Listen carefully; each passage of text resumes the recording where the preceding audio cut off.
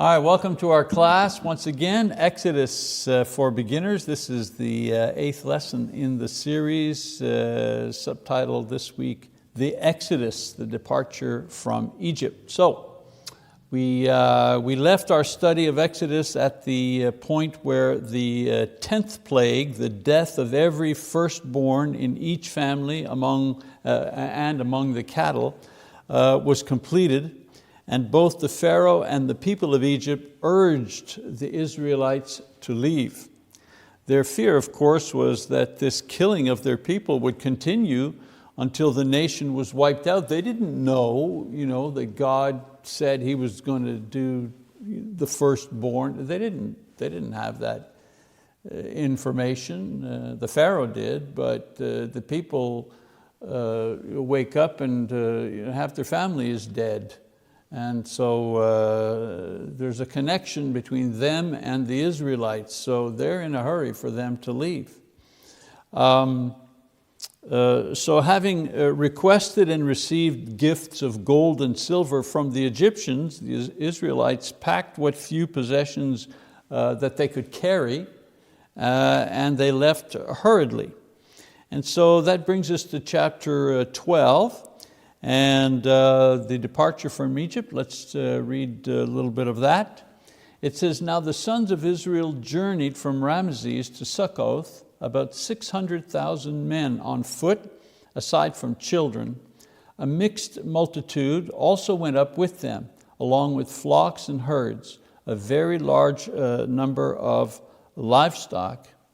It says, they baked the dough which they had brought out of Egypt into cakes of unleavened bread, for it had not become leavened, since they were driven out of Egypt and could not delay, nor had they prepared any provisions for themselves.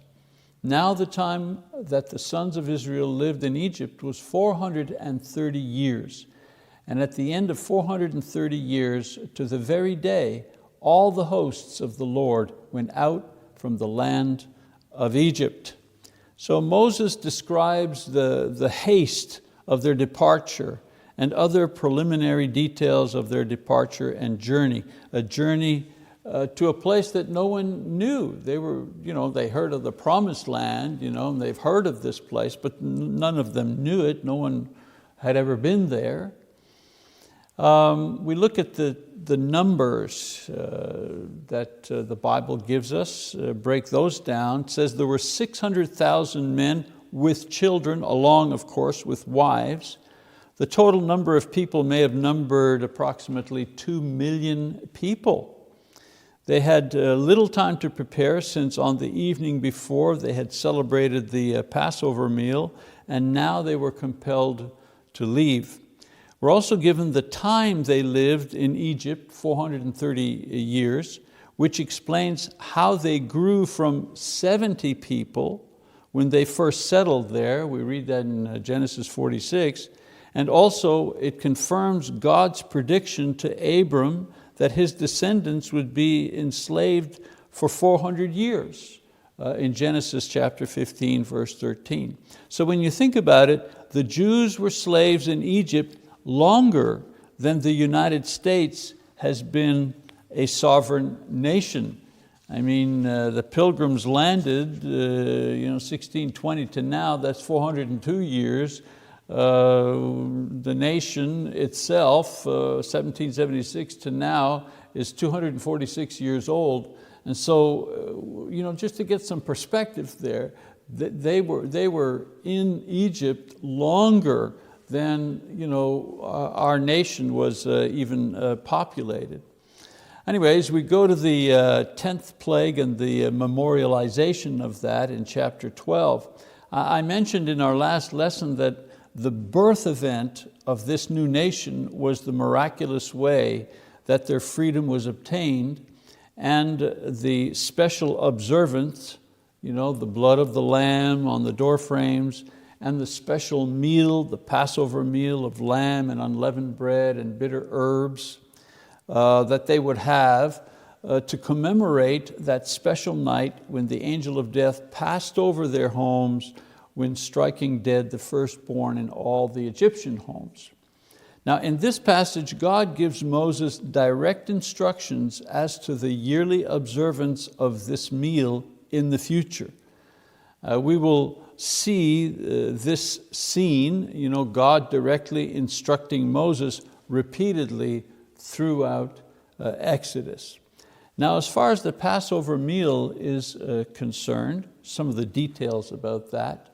First of all, no foreigners were to eat it unless they and their slaves were circumcised first. Also, it was to be a family meal eaten at a house, not outdoors. In other words, it wasn't like a public celebration. And no bone of the animal was to be broken. And this, of course, was looking all the way forward to the sacrifice of Jesus on the cross, where John says that in his torture and death, not one of the Lord's bones were broken, in John chapter 19, verse 36. It was to be eaten, celebrated each year, and every Israelite was to participate, as well as those foreigners who were circumcised and who were living in the nation with them. Whether they were slave or free, they could participate in the Passover if the men had been circumcised.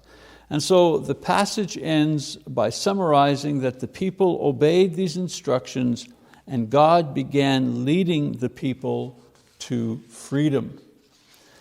In Exodus 13, there's a question of consecration of the firstborn.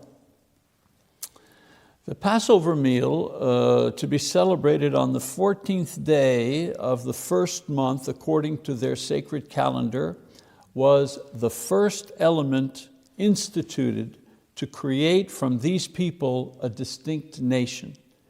They had their own calendar and they had a yearly feast commemorating the time of their formation as a nation by God Himself. With time, God would add many more feasts and observances and laws that would eventually give these people a religion, a culture, a law, and of course, a purpose closely aligned with God's ultimate plan to send His Son incarnated as a Jewish man to complete the divine plan to save all of mankind. One of these observances was the consecration of the firstborn, which was clearly and closely associated with the meaning and the purpose of the Passover meal. So let's first read those verses where God gives this observance. Then the Lord spoke to Moses, saying, "Sanctify to me every firstborn, the first offspring of every womb among the sons of Israel, both of man and beast. It belongs to me." And so Moses introduces the practice of offering every firstborn male and animal as holy unto God in Exodus 13. Now, before giving the details connected with this consecration of the firstborn, God gives Moses another ordinance to commemorate in conjunction with the feast of the Passover, and that is the feast of unleavened bread. Once in the promised land, in the month of Abib, which is the first month of the religious calendar, later referred to as the month of Nisan, this was done after the Babylonian captivity, the people were to observe the Feast of Unleavened Bread, where each year they would remove all forms of leaven from their homes and eat only unleavened bread. Now, I previously mentioned that before the 14th of the month, all leaven was removed. All leaven was removed from the house. And then on the 14th, the Passover meal was eaten, and then from the 14th to the 21st was the week of unleavened bread, where only this type of bread was to be eaten and no leaven was to be found in the land. The week was then capped off with a day of celebration and worship on the 21st of the month. So before the 14th, they got rid of all the leaven. On the 14th, they ate the Passover meal. From the 14th to the 21st, they ate only unleavened bread. Okay? So the purpose of this ordinance was to remember and teach each generation how God brought the nation out of Egypt and into the promised land. It was the answer to the question, where do our people come from and how did we get here? Once these instructions are given and another feast is added to the sacred calendar, God finishes giving Moses the details concerning the offering of the firstborn male child and animal, what we were talking about just before. So we read in Exodus chapter 13:11, it says, "Now when the Lord brings you to the land of the Canaanite, as He swore to you and to your fathers, and gives it to you, you shall devote to the Lord the first offspring of every womb and the first offspring of every beast that you own. The males belong to the Lord. But every first offspring of a donkey you shall redeem with a lamb. But if you do not redeem it, then you shall break its neck, and every firstborn of man among your sons you shall redeem. And it shall be when your son asks you in time to come, saying, 'What is this?' Then you shall say to him, 'With a powerful hand the Lord brought us out of Egypt from the house of slavery.' It came about when Pharaoh was stubborn about letting us go, that the Lord killed every firstborn in the land of Egypt, both the firstborn of man and the firstborn of beast. Therefore I sacrifice to the Lord the males, the first offering of every womb, but every firstborn of my sons I redeem. So it shall serve as a sign on your hand and as a phylacteries on your forehead, for with a powerful hand the Lord brought us out of Egypt." So the command to devote or to set aside and sacrifice to God every firstborn male and every firstborn male animal was connected to the Passover. Since God spared every Jewish firstborn male child and animal on Passover night, they now belonged to Him.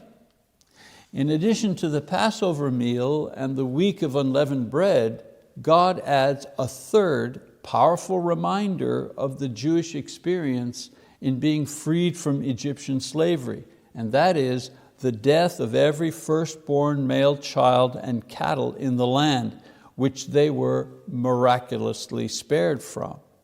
As a reminder of this, they're to offer to the Lord the firstborn male animal in sacrifice, and a sacrifice where no part of the animal was eaten by offering it, which meant that it was a complete offering with no use or value retained by the one sacrificing it.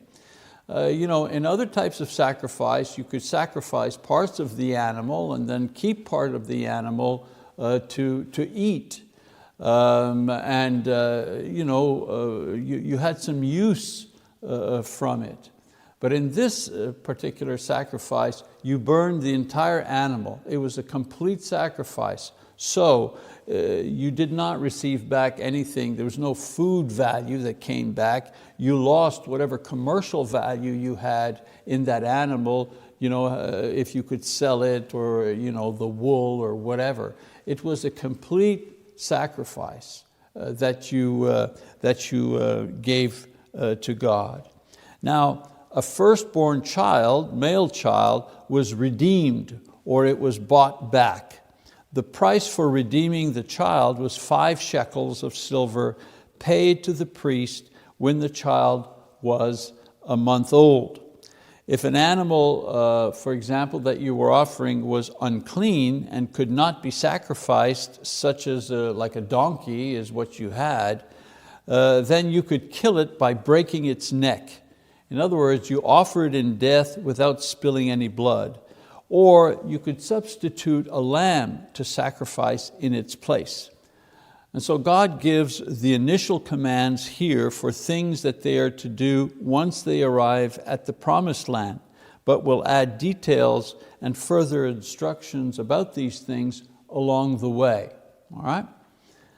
Now, as the people are poised to leave, God gives to Moses three ordinances: the Passover, the unleavened bread, the feast of the unleavened bread, and the sacrifice of the firstborn for the people to keep once they arrive at the promised land. These will serve as teaching opportunities to remember who saved them and how they were saved and at what cost they were saved. Okay, well then as we move along in chapter 13, we see that God leads the people. Once the instructions about the ordinances are given, Moses describes their departure and how it was guided. 13 verse 17. It says, "Now when Pharaoh had let the people go, God did not lead them by the way of the land of the Philistines, even though it was near. For God said, the people might change their minds when they see war and return to Egypt. Hence, God led the people around by the way of the wilderness to the Red Sea, and the sons of Israel went up in martial array from the land of Egypt. Moses took the bones of Joseph with him, for he had made the sons of Israel solemnly swear, saying, God will surely take care of you, and you shall carry my bones from here with you. Then they set out from Succoth and camped in Etham on the edge of the wilderness. The Lord was going before them in a pillar of cloud by day to lead them on the way, and in a pillar of fire by night to give them light, that they might travel by day and by night. He did not take away the pillar of cloud by day, nor the pillar of fire by night from before the people. The shortest route was the northern way, from where you see up in the north of the land of Goshen there, the fertile valley, up the northern way across and to the land of Canaan. That was the short route, following the Mediterranean coastline and then down into the land of the Canaanites. Of course, this would have necessitated war with the people of that region and an armed conflict that the Jews were simply not trained or equipped to fight. So God takes them on a longer and safer route, which will ultimately put them in danger from the Egyptians once again, and we'll learn about that. And you see the route that is marked there, that green line, and on the map you see Migdal, and just below there, just that small dot below there, is where they camped. This is the first place that they camped. Notice that they secure Joseph, Jacob's son, who became leader in Egypt during the great famine. Moses remembers Joseph's request 400 years before that he wanted his bones buried in the promised land. So the Jews exhume his mummified remains and take them along on their journey. God's presence is actually seen as a cloud and as a pillar of fire to guide them and guide their journey, whether they travel day or at night. And so everything is set for the journey to the promised land. But Pharaoh, after recovering from the shock of losing his own firstborn and the death of many in his nation, he realizes that he has allowed the freedom of at least 600,000 able-bodied slaves and the free labor that they provided the state.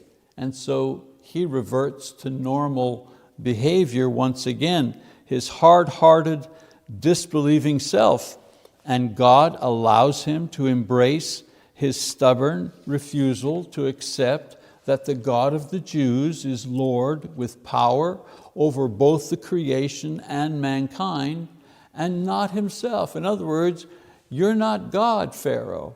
The God of the Jews is God.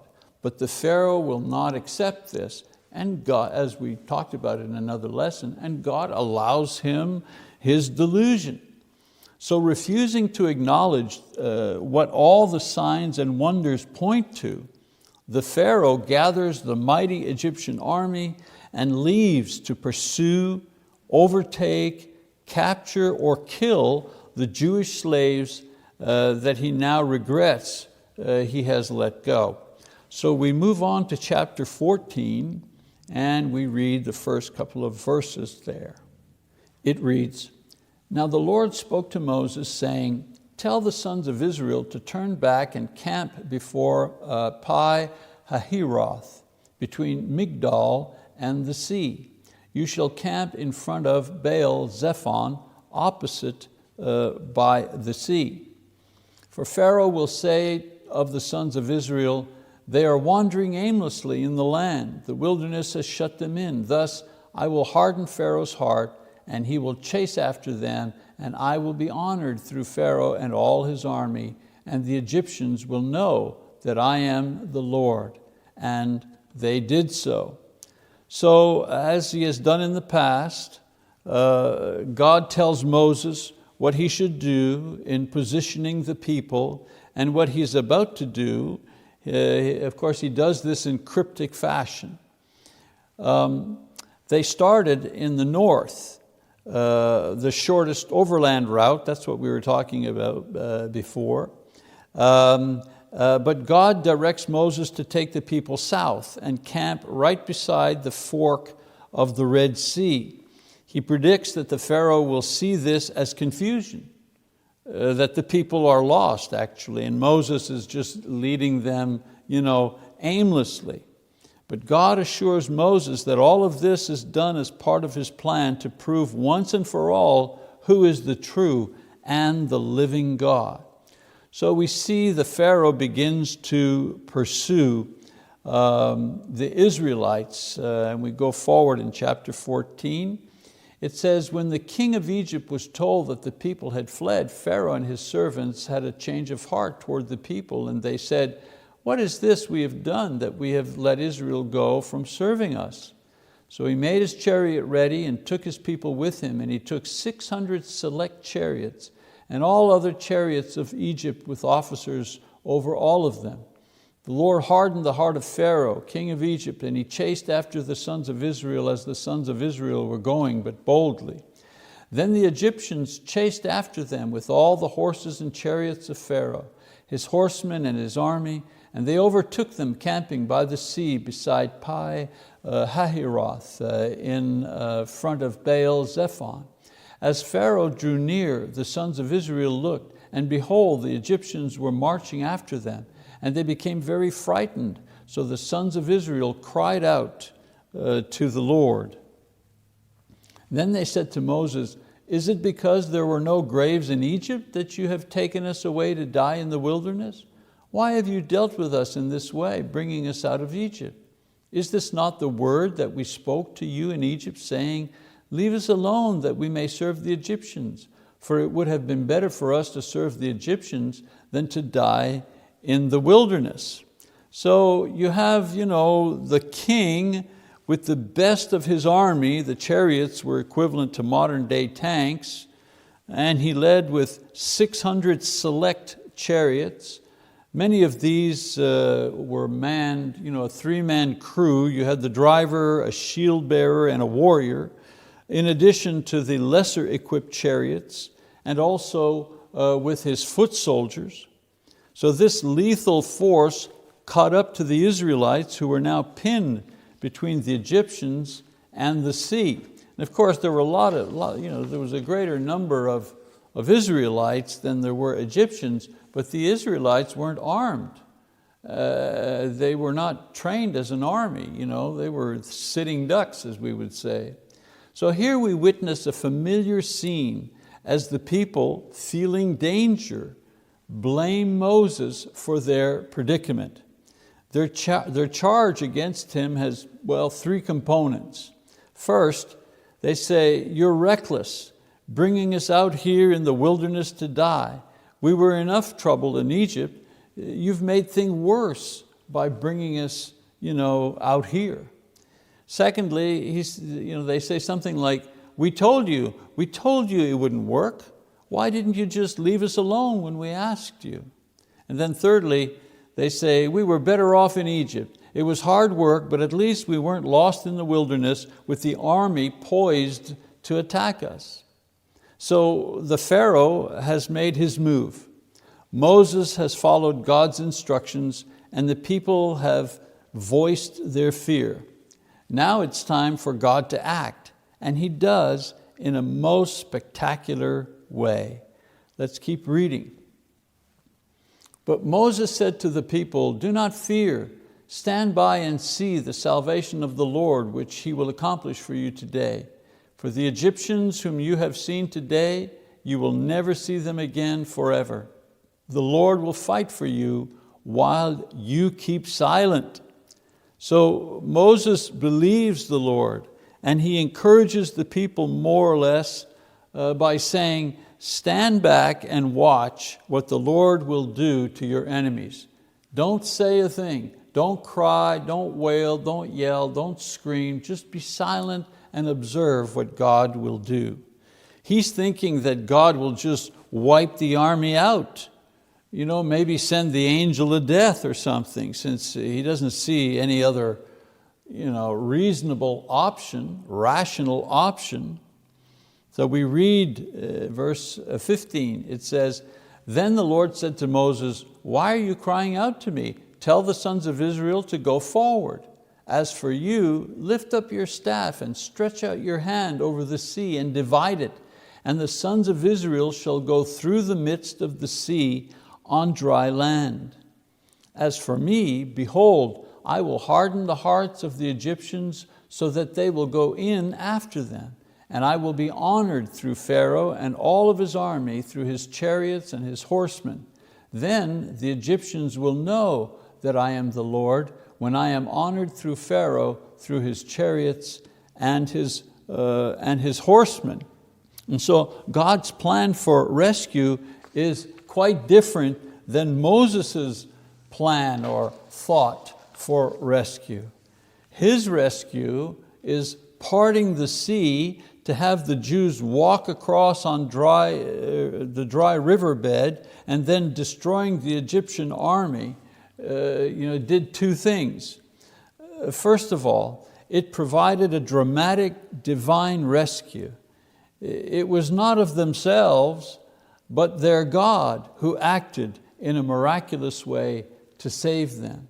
And then secondly, it was the final proof to the Egyptian people as well as other nations that the God of the Israelites was greater and more powerful than any of the gods of Egypt, including the Pharaoh God, whose power was in his army.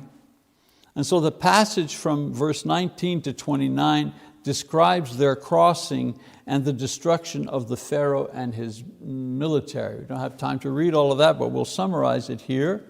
First of all, the cloud and pillar moved behind the people to provide cover from the attacking army while they crossed the sea. A lot of people, a couple of million people across the sea, it takes time. And then Moses raised his staff, and a wind parted the sea and allowed the people to cross on dry land.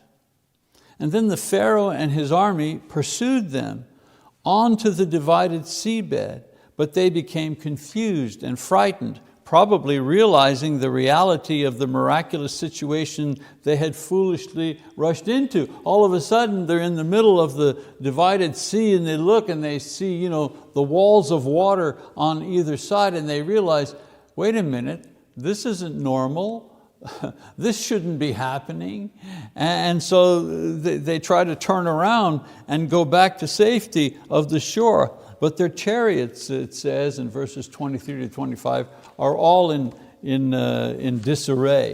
And then finally, the Lord commanded Moses to stretch out his staff once again, and the sea returned to its place, and of course, in doing so, kill the Pharaoh and his charioteers, his horsemen, the army. Everybody dies when the sea goes back together again. So we pick up the story in verse 30. Thus the Lord saved Israel that day from the hand of the Egyptians, and Israel saw the Egyptians dead on the seashore. When Israel saw the great power which the Lord had used against the Egyptians, The people feared the Lord, and they believed in the Lord and in His servant Moses. This time, of course, all the people were together, and they all witnessed for themselves the great miracle and the rescue that God performed on their behalf as the dead Egyptians began washing up on the shore. The final verse says that they not only feared the Lord, who wouldn't after that display, but they also believed in Him, and they believed that Moses was their God-appointed leader. Every time he would say something, they would follow suit, but if anything went wrong, or if anything, there was a delay, they were quick to denounce him or quick to complain. But here it says, finally, they see for sure that their God is the God of power, but at the same time, their leader Moses is God's spokesman. And that's very important because he would have to provide leadership to this vast number of people. And so we have something very interesting that comes up right after this, the song of Moses. This song or poem was composed and sung to commemorate the rescue of the Israelites from the Egyptian army by the powerful hand of God. It was known in Jewish liturgy as Shirat Hayam, meaning the song of the sea. And it was included in Jewish early morning synagogue services from the beginning of the synagogue type of worship. Many scholars believe it may be the oldest piece of sustained poetry in the Hebrew Bible. It is a song of praise to God for who He is and what He has done, repeating various works and characteristics. It also emphasizes the results of what He has done for Israel. It has brought to a holy habitation, and other nations, it's made them afraid. It's made Israel a holy habitation, but it's made other nations fearful of God's people. And at the end, it concludes with a summary statement in verse 19 and a joyful response from Miriam, who is Moses' sister, and the women who are singing this song. And so this joyful scene closes the episode and the events of Israel's freedom from slavery. The observances God gives to commemorate the miracles performed to obtain that freedom, along with a mighty act by God to rescue the people from sure death or a return to slavery. This is celebrated in a joyful song which is called the Song of the Sea, that became embedded in daily Jewish worship when the synagogue system began during the Babylonian captivity some 700 years into the future. And so the people are free, they're safe, they're ready to begin their journey to the promised land. And we'll stop right there and again, perhaps draw a few lessons from what we have read so far. So lesson number 1 is this: leaders rarely get the credit, but always get the blame. Leaders rarely get the credit, but always get the blame. In the story that we've read, in the passages that we've read, notice how the people were so fast to blame Moses for their predicament when trapped between the army and the sea. You don't hear anyone praising him when the Jews were spared the plagues, or thanking him for facing down the Pharaoh at the risk of his own life. My point here is that this phenomenon is common to all leaders. And if you cannot deal with criticism, even unfair criticism, then don't aspire to leadership. Otherwise, you will become cynical and defensive, because this is a truism when it comes to leadership. Leaders rarely get the credit, but always get the blame. Another lesson, God often does the unexpected. So pray for His help and guidance, but don't tell Him how you want things done. You know, people do that all the time, right? Dear God, I need this, and so I want you to do this and this and this and that, and then this will happen, all right? You give Him the request, and then you also give Him your plan. God does the unexpected. So for sure, pray for His help. Let Him figure the plan out. Moses was confident that God could and would rescue the people. All he had to do was burn up or wipe out the Egyptian army so that they could just move on. That was rational, wasn't it? That was a reasonable thing. He knew God could do such a thing. I mean, the angel of death had proven it. But God had His plan, which would require a show of faith from the Israelites. They had to walk between the wall of water first. Forever lover.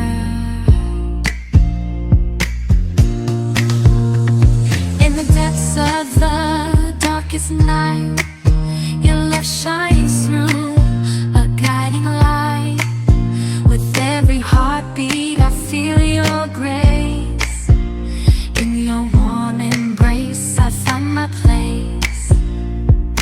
Darling, don't cry, don't shed a tear, for I'll be your fortress, I'll always be near. Though storms may rage and oceans may roar, I'll stand by your side forevermore. Through the trials and the tests we face, our love will endure, it cannot be erased. So dry your eyes, my love, and take my hand. Together we'll conquer. In dividing the sea, God rescued them, yes, and He destroyed the elite Egyptian army, but He also created faith in the hearts of the Israelites. With this miracle, God also established a spiritual precedent for every sinner who, in the future, would be rescued from the second death by expressing his faith in Jesus Christ as he passed through the waters of baptism to safety on the shores of forgiveness and Christianity. God is a multitasker. He does things that affect you now for the problem at hand, but also for things in the past and things in the future. You do the praying, but you let Him do the answering in His way and in His time. And if you do that, then you'll have a better relationship with Him, and you'll be less frustrated in your prayer life. Well, that's our lesson for today. We've managed to push forward in Exodus to the point where the people are finally free. That's really the first big part of Exodus, the freedom of the Jews from slavery. Now we move into the second part where they begin their traveling in the wilderness, and God begins to give Moses the commandments and the various observances and the covenant, of course, between Himself and the people. But we'll start talking about that next week if the Lord is willing. Thank you for your attention, and we'll see you next time. God bless you.